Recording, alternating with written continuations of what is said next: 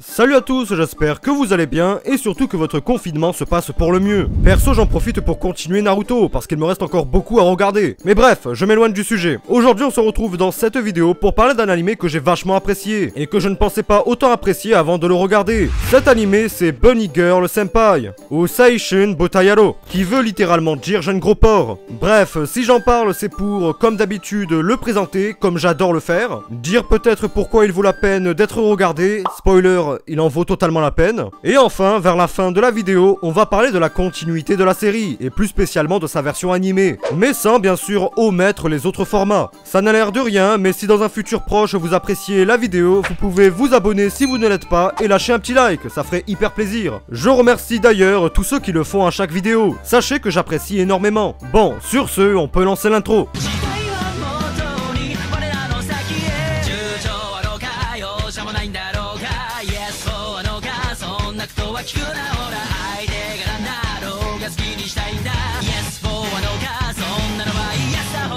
Bunny Girl Senpai est un seinen qui a pour genre comédie romantique, science-fiction, tranche de vie, fantasy et surnaturel. L'œuvre est tout d'abord parue en light novel par l'auteur Hajime Kamoshida et commence à apparaître en avril 2014 et est toujours en cours de parution pour comptabiliser 10 volumes à ce jour. Il existe également un format manga qui m'a l'air de ne pas trop avoir marché puisque 2 tomes à peine sont sortis. Mais si ça vous intéresse, sachez qu'ils sont édités depuis peu en France par les éditions Toto. Et le premier tome est d'ores et déjà disponible, mais on verra un possible achat après le confinement, hein. Et finalement arrive l'animé, fait par les studios Cloverworks et licencié en France par Wakanim. Elle a été diffusée en fin 2018 avec un total de 13 épisodes pour une seule saison. Aussi, un film d'animation sur la série est paru en juin 2019. Également produit par les studios Cloverworks avec une durée de 1h30. Bah ouais, c'est un film.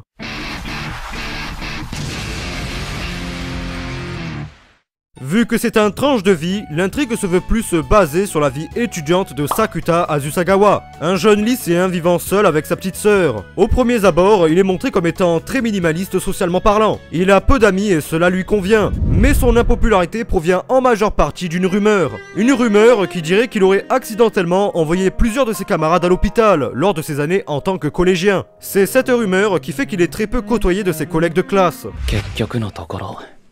毎日口癖のようにつまらないとか面白いことないかなとか言ってるくせに本当はみんな変化なんか求めてないんだ。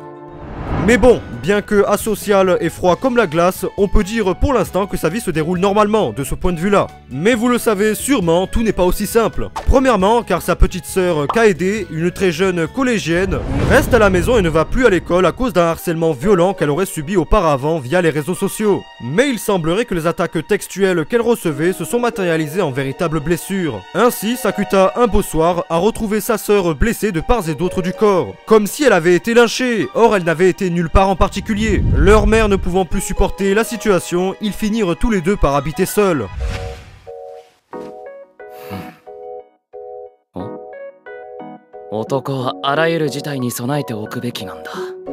Mais tout ça, c'est ce qu'on nomme le syndrome de la puberté. Rien à voir avec des boutons ou de la barbe, hein. C'est un syndrome très vague et inexpliqué qui peut apparaître sous plusieurs formes. Sakuta en a d'ailleurs aussi été victime dans le passé. Mais avec ce lourd vécu, sa vie ne semble plus aussi simple, et cela ne va pas s'arranger avec le temps. Puisque un beau jour, alors que Sakuta se balade dans une bibliothèque, il aperçoit une femme en déguisement de lapin, qui semble essayer d'attirer le regard des gens, mais en vain. Elle est littéralement invisible aux yeux des autres.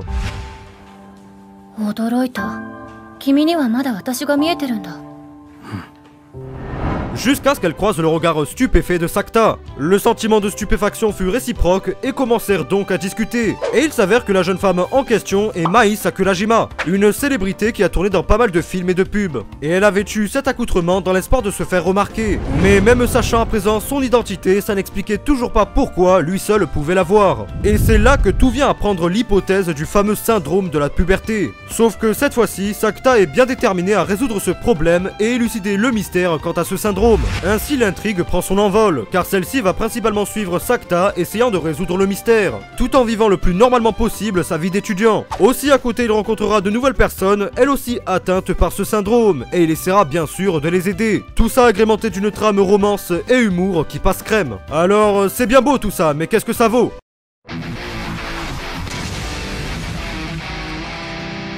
Pour moi, la série vaut le coup pour son maniement astucieux de ses trames scénaristiques. Car en premier, nous avons la romance, on parle ici d'une relation réelle et sans tabou, où il n'y a pas de jalousie excessive ni de romance à l'eau de rose, bien qu'un peu puisque ça reste quand même du divertissement. Et à côté se trouve la trame surnaturelle qui vient rythmer les autres, car je dois avouer qu'un animé dont le seul but est de développer une romance est assez terre à terre. C'est pour ça que la plupart des bonnes romances sont des romances additionnées avec un autre genre, comme l'humour, et là ça nous donne des comédies romantiques. Or, Bunny Girl Senpai fournit un peu plus que ça, car l'humour est présent et rythme assez bien certains moments. Mais il y a aussi le fameux syndrome de la puberté, qui vient ajouter à tout ça une once d'action, de suspense, ou même de peur ou d'anxiété. Tout peut arriver, et on ne sait jamais si c'est réversible ou non. Et ça, c'est quelque chose qui tient le viewer en haleine.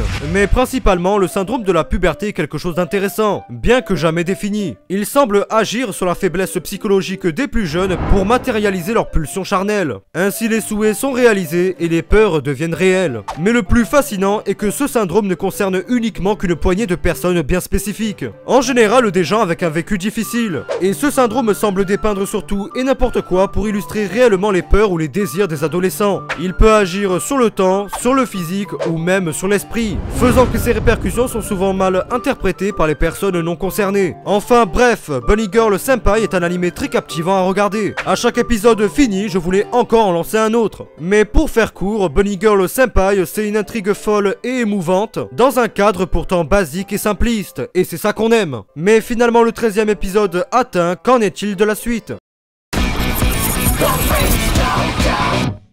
Déjà, avant toute chose, si vous voulez reprendre là où l'anime s'est arrêté, vous pouvez reprendre au tome 8 du light novel, en comptant le film. Mais quant à une seconde saison en animé, je dois dire que je suis assez optimiste. Les ventes ont été très bonnes, un film a été sorti en 2019, et la popularité s'entretient très bien. Mais il y a un problème. Pour faire la saison 1, les studios se sont basés sur les 5 premiers tomes du light novel. Donc il faut 4 à 5 tomes pour faire une seule saison de 13 épisodes. Mais il y a eu aussi un film, qui a adapté les tomes 6 et 7. Et actuellement, on dénombre pas moins de 10 volumes du light novel de sortie. Donc vous avez fait le calcul, 3 volumes n'est évidemment pas assez pour produire une suite. Pour eux en tout cas, hein, parce que normalement 5 volumes de light novel, il y a de quoi faire 24 épisodes. Mais bon, la série était géniale, donc je ne vais pas me plaindre. En bref, désormais il n'y a plus qu'à attendre et à continuer d'entretenir la popularité de cet animé. Et vu que l'auteur produit 3 volumes par an, on peut supposer que la suite pourrait éventuellement voir le jour en 2021. 2022, c'est le confinement ralentit ce rythme. Mais dans tous les cas, si toute information venait à apparaître, je vous en informerai en commentaire. Vous avez juste à en laisser un. Sur ce, c'était tout pour cette vidéo. J'espère qu'elle vous aura plu et qu'elle vous aura aidé. Si c'est le cas, n'hésitez pas à vous abonner, liker, partager. Ça me ferait vraiment super plaisir. Quant à moi, je vous dis à une prochaine vidéo. En attendant, portez-vous bien. Ciao, bye.